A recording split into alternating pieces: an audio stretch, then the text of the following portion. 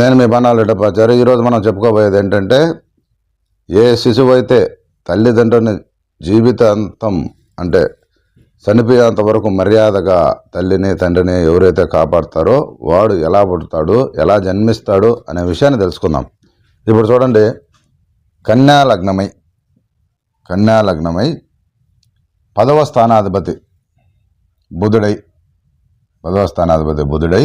4లో నిలిస్తే, అంటే మాతృస్థానం అంటాం దాన్ని. మాతృస్థానంలో బుధుడు నిలిస్తే, మాతృస్థానంలో 10వ స్థానాధిపతి నిలిస్తే తల్లిని తండ్రిని మర్యాదగా జీవితకాలం కాపాడతాడు ఈ శిశువు. ఎవరైనా, అది స్త్రీ కావచ్చు, పురుషులు కావచ్చు, తల్లిదండ్రులకు మర్యాద ఇచ్చి జీవితకాలం వలన కాపాడే ఒక పరిస్థితి అనేది ఉంటుందన్నమాట. ఈ విధంగా కూడా మనం తెలుసుకోవచ్చు. అయితే అప్పుడు లగ్నం ఏదో ఉండాలా. అదేవిధంగా బుధుడు 10వ స్థానాధిపతి 4లో ఉంచినాడు. ఏ నక్షత్ర పాదాల మీద ఉంటే ఇది పూర్తిగా 100% వర్తిస్తుంది. ఇదే పూర్తి బలము ఒక దశాకాలంలో 100% వర్తిస్తుంది. అదే నక్షత్ర పాదాల మీద ఉంటే 75% వచ్చేస్తుంది.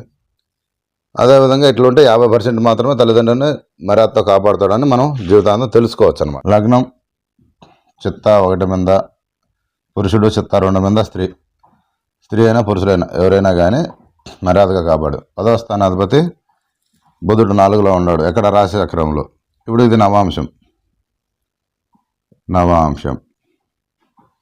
ఇప్పుడు ఇక్కడ బుధుడు ఉన్నాడు రాశికొండల్లో. నవాంశంలో ఎక్కడికి వెళ్తాడో చెప్తా. మూల 3 మీద బుధుడు ఉన్నా కానీ, పూర్వాషాఢ 2 మీద బుధుడు ఉన్నా కానీ మళ్ళీ నవాంశంలోకి ఎక్కడికి పోతాడో, ఇది రాశిచక్రంలో ఉండే ఫలితం అనమాట. రాశిచక్రంలో నుండి ఇప్పుడు నవాంశంలోకి తీసుకున్నప్పుడు మూల 3 మీద బుధుడు ఇక్కడ పోతాడు. మూల 1, 2, 3 మీద బుధుడు ఆడ పోతాడు. 4 ఇక్కడికి ఉంటాడు. ఇంకా పూర్వాషాఢ 1, 2 మీద బుధుడు మళ్ళీ ఇక్కడికి వస్తాడు. అప్పుడేమైంది? బుధుడికి 100% బలము, 75% బలం ఇక్కడ వచ్చింది. ఇక్కడ 100% బలం వచ్చింది. ఇక్కడ బలం లేదు. ఎక్కడ? రాశికొండల్లో బలం లేదు. ఎందుకు? గురువిల్లు. బుధుడు శుభుడే, గురువింట్లో ఉన్నాడు, ఓకే. కానీ అంత బలంగా ఉన్నాడని మనం చెప్పుకోవడం లేదు. అప్పుడు నక్షత్ర పాదాలు తీసుకొని, నక్షత్ర పాదాల మీద మూల 3 మీద ఉంటే ఇక్కడ ఉంటాడు, పూర్వాషాఢ 2 మీద ఉంటే ఇక్కడ ఉంటాడు. అప్పుడు బలం వస్తాడు.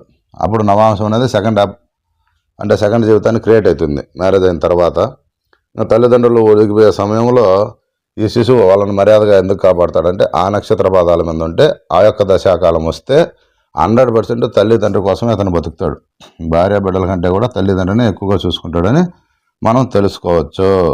ఈ విధంగా ఉంటే ఎవరైనా కానీ ఎందుకు తల్లిదండ్రి అంటే అంత ప్రేమిస్తారంటే, ఇలా ఉంటేనే ప్రేమిస్తారు. ఇలా ఉంటే 50% మాత్రం ప్రేమిస్తారు. ఆ నక్షత్ర పాదాల మీద ఉంటే 75% ప్రేమిస్తారు. ఇట్లా నవాంశంలో వచ్చమో నక్షత్రం అంటే 100% తల్లిదండ్రిని ప్రేమిస్తారు. వాళ్ళ మాట జమదాటరు. ఆ విధంగా కూడా మనం తెలుసుకోవచ్చు.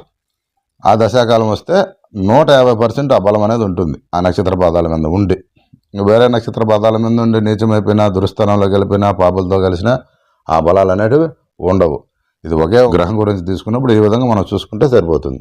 ఇది కేవలం నేర్చుకునే వాళ్ళకి తప్ప చూసే వాళ్ళకి ఏమీ అర్థం కాదు. ఎందుకంటే గోచార ఫలితాలు కాదు. ఇప్పుడు గోచార ఫలితంలో ఒక వీడియో చేద్దాం. నేను మీ బన్నాల రెడ్డప్పాచారి. వీడియో నచ్చితే లైక్ చేయండి, షేర్ చేయండి. మరిన్ని వీడియోల కోసం చూస్తున్నానండి. ఇప్పుడు గోచార రీతిగా మనం ఒక వీడియో చేద్దాం.